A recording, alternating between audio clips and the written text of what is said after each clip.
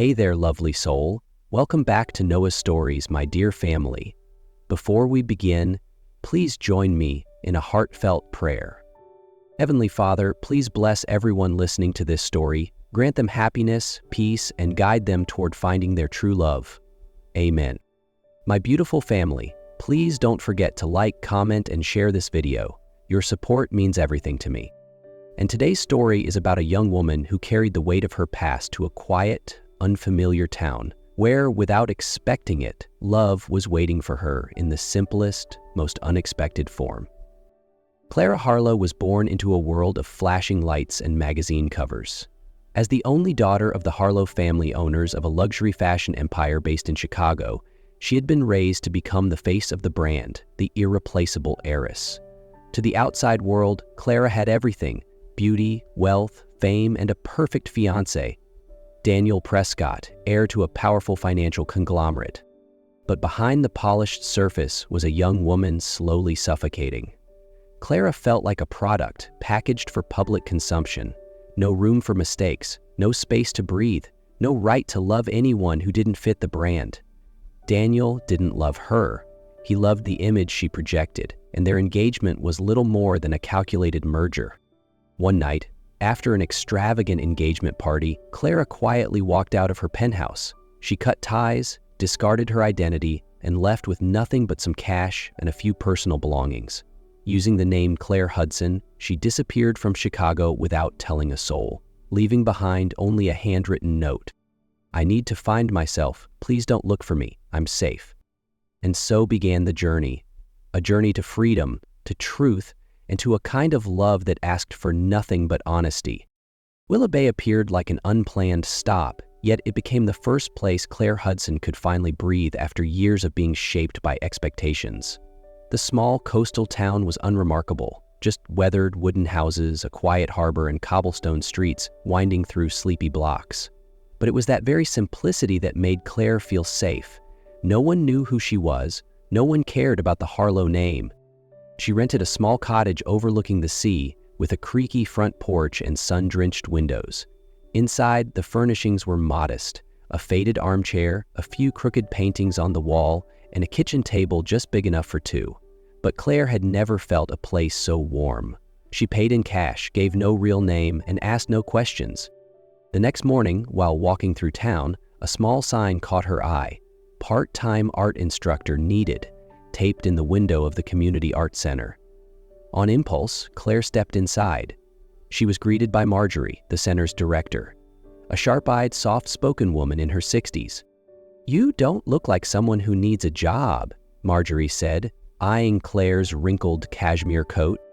"Maybe I don't need one," Claire replied, "but I think I want one." After a short conversation and a few digital paintings shown from her phone, Marjorie nodded. "There's something in your eyes, something lost, and something wanting to start over. People like you make great teachers."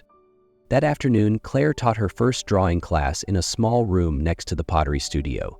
The kids were noisy and curious, but none of them asked where she came from.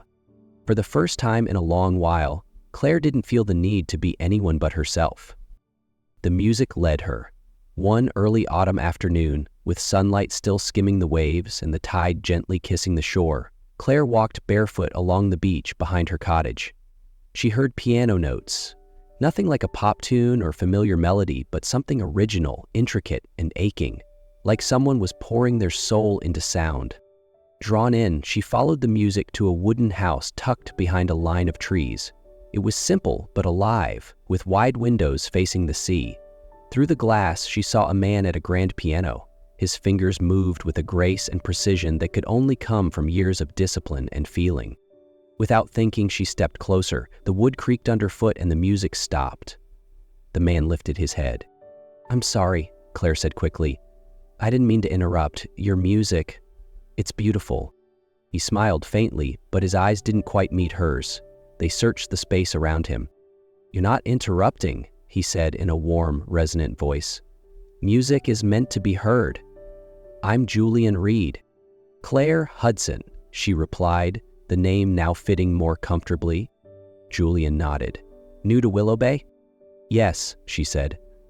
I'm starting over." A moment passed between them, soft and unspoken. Then Julian gestured to a chair on the porch. They sat. At first, the conversation was cautious, but gradually it opened. Claire noticed how he never looked directly at her, then realized Julian was blind. "How long have you been blind?" she asked, not bothering to tiptoe around it. Julian chuckled softly. "You're the first to ask me that right away. I appreciate it. 5 years, 2 months, and 11 days. Not that I'm counting." Claire smiled. Something about his honesty felt like safety. As the sun turned the ocean gold, she finally stood to leave. Julian couldn't see her, but somehow he understood her better than anyone who ever had. Since their first meeting, Claire often stopped by Julian's house after her classes, sometimes just to listen to him play. On some afternoons, she brought her sketches and painted quietly while he practiced piano. There were no grand conversations between them, just a calm presence, a stillness Claire had never known in her old world. Julian taught music at the community center, just down the hall from where Claire led her art classes. One afternoon, Marjorie suggested a combined workshop, one where children could hear and see art together. Julian agreed right away. "If you lead the visuals, I'll take care of the sound," he said. The class became something special. Julian composed melodies that expressed different emotions. Claire guided the children to translate those feelings into colors and shapes. The kids, shy at first, grew excited under their gentle guidance. Every class became an experience, and Claire realized she was living honestly now. No pretending, no performing, just being. One evening after class, they walked along the beach. Julian walked slowly but steadily. Claire described the sunset to him, the water gleaming like liquid gold, the sky streaked with fire-toned orange and red. "It's strange," Julian said. "I used to see, but no one ever described it to me like that." "Do you ever miss seeing?" Claire asked softly. A long pause. "I'm not sure," he said. "When I lost my sight, I also lost everything that used to disappoint me. But sometimes, I wish I could see what your voice looks like." Claire turned away, smiling to herself. He couldn't see her, but somehow he was seeing the deepest parts of who she truly was. Claire had always known that the past would catch up with her. She just didn't expect it to come crashing in on such an ordinary autumn morning. Claire was preparing for her art class when the door to the studio creaked open and Marjorie stepped inside. Not in a hurry, not with panic, but with an expression that said everything. "Is something wrong?" Claire asked, setting down her watercolor tray. Marjorie didn't answer. Instead, she handed her a folded newspaper. On the front page was a photo. Clara Harlow, radiant in a shimmering evening gown, smiling the kind of practiced smile one learns under stage lights. Beneath it, bold letters read, "Fashion heiress missing, family offers $1 million reward for any information." Claire felt the breath leave her lungs. She lowered the paper onto the table, her hands clenching into fists. "You've known, haven't you?" she asked quietly. Marjorie nodded, then slowly took a seat beside her. "Since your second day here," she replied gently. "I used to work in media. Your face was everywhere for a while, but the girl who stood in front of me wasn't that tabloid image. You were kind, and sometimes kindness is all someone needs to deserve a second chance." Tears stung Claire's eyes. Never before had she felt so seen, not because of her name or her family, but for who she truly was. "I have to tell Julian," she whispered, "before he hears it from someone else." That afternoon, Claire stood on Julian's porch, hands shaking, a letter folded tightly in her coat pocket. Words she had rehearsed all day vanished the moment the door opened. And he smiled. "Claire," he said warmly, his voice full of that familiar tenderness. "You're here." She nodded, guilt twisting inside her. He stepped aside, inviting her in. The house was filled with the faint scent of pine and the last lingering notes of an unfinished melody. "I made tea," he said as she sat down. "You're quieter than usual today." Claire stared at the cup in her hands, then looked up. "Julian," she began, her voice hoarse. "There's something I need to tell you." He paused, setting down the teapot gently. "What is it?" "I'm not who you think I am," she said quickly, as if tearing off a bandage. "My real name is Clara Harlow." The room fell silent. Julian furrowed his brow. "Clara Harlow?" he repeated slowly, as if translating every syllable in his head. "My family owns a fashion empire," she continued. "I ran away from an arranged engagement, from expectations, from a version of myself I didn't want to be. I never meant to deceive you, but I also didn't have the courage to tell you the truth. And now, I can't let you hear it from someone else." Julian said nothing. He rose slowly and walked toward the window, facing the sea like he was trying to breathe again. "So everything you told me, everything we shared," his voice cracked, "it was all from behind a mask?" "No," Claire said quickly. "Everything between us was real, every feeling, every moment. Only the name was false." "I trusted you," he said quietly. "I didn't have your face to rely on. I trusted your words, your presence, the way you made me feel. And now, I'm not sure if any of it was real or if I was just being naive." "Julian, I am very sorry," Claire said. He didn't answer. His silence was louder than anything he could have said. Claire knew something sacred between them had shattered. She reached into her coat and placed the letter on the table. "It's all in here, everything I was too afraid to say aloud. If you don't want to read it, I understand." Julian didn't move toward the envelope. He simply asked, "Why me?" Claire inhaled deeply. "Because you couldn't see me, so you truly saw me." She stood, tears sliding down her cheeks. "I only hope that someday, if you still want to, you'll see me with your own eyes. Not as Clara Harlow, just me." Then she turned and walked out of the house, the only place that had ever felt safe, leaving behind an unopened letter, a pair of searching eyes, and a man who no longer knew what to believe, his heart, or what he had never seen at all. Julian didn't touch the letter all night. It lay on the table beside the piano, something both familiar and too difficult to face. Rain fell. Wind slipped through the windows. The house, once warm, now felt cold and distant. The next morning, he held the envelope in his hands and stepped out of the house, heading to the only place he could trust right now, Marjorie's little art gallery. She was sweeping the floor when he walked in. "Julian," she said, a little surprised, "are you all right?" He nodded, then held out the letter. "I need your help." Marjorie looked at the envelope, then back at him. She didn't ask anything more. Gently, she opened it and began to read. Her voice was slow at first, then steady and warm with emotion. Claire told everything. Her childhood in the flash of cameras, the feeling of being trapped in a world where there was no room for mistakes, the fear of being seen but never truly understood. And then she wrote about him, about how for the first time someone who couldn't see her had seen her the most clearly. "I'm not running away from the light," the letter ended. "I'm just searching for a place to be myself, and if you choose to see me, I'll be there, waiting for you with nothing to hide." When Marjorie finished reading, Julian sat in silence for a long time. She placed a hand gently on his shoulder and gave it a soft pat. "You know," she said in her calm, low voice, "not everyone is lucky enough to be loved that honestly." Julian gripped the letter in his hands. He lifted his face. He couldn't see a thing, but something inside him had changed. Julian's fingers curled slightly around the edge of the letter. "Can you help me make an appointment with the eye specialist?" he asked. "I want to see her," he said softly. "Not just with my heart anymore." Marjorie smiled. "I think she'll be very happy to hear that." Claire didn't run anymore.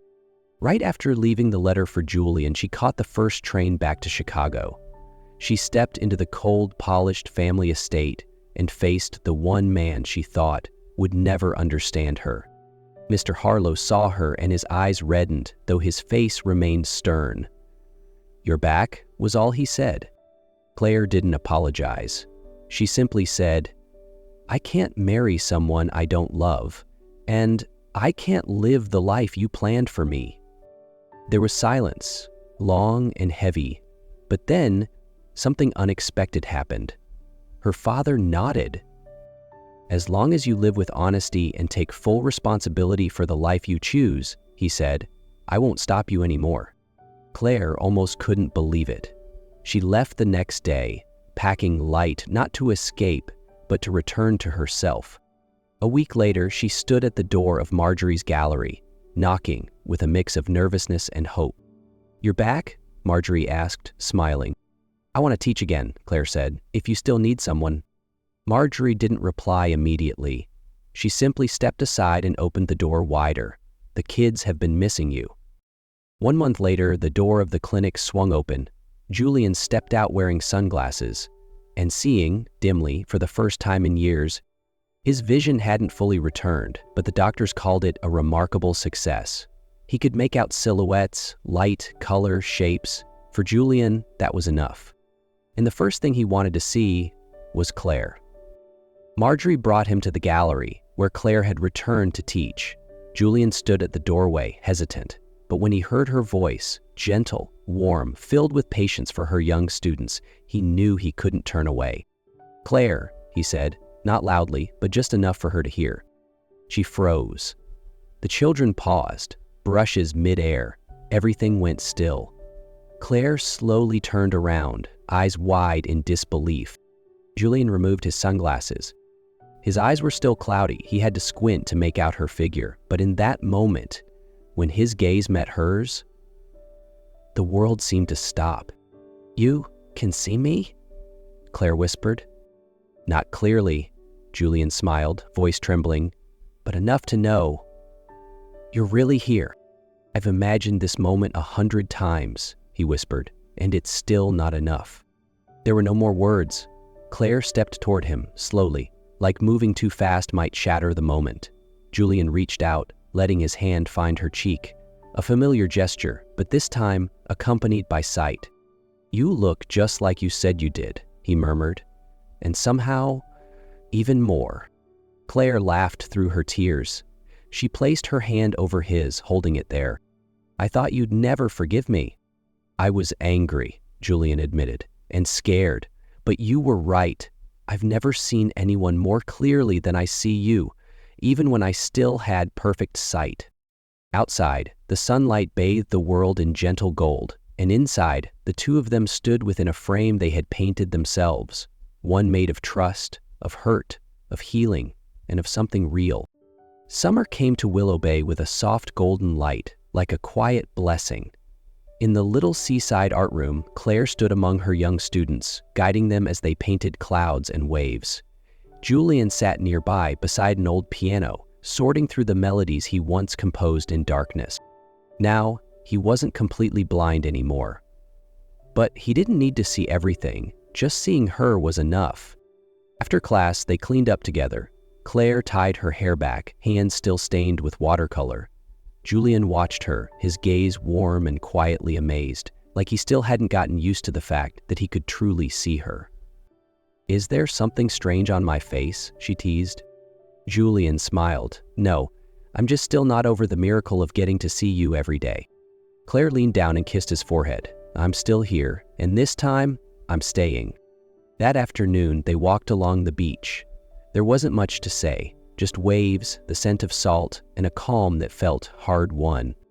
Julian stopped and pulled out a small silver chain with a key on it. I thought about a ring, he said, but somehow a key feels more like us. Claire looked at him, her eyes brimming. This key is to the home we're building, not with bricks, but with trust, forgiveness, and freedom. She reached out and took the key. I'll use it every day, she whispered. Not to unlock a door, Julian said, but to remind us that no one has to pretend to be loved. We've both walked through darkness, Claire added, but now we know what real light feels like. They stood there beneath the evening sky. No more masks, no more secrets, no more shadows. Just two people seeing each other clearly, through eyes, through hearts, and through everything they had survived together.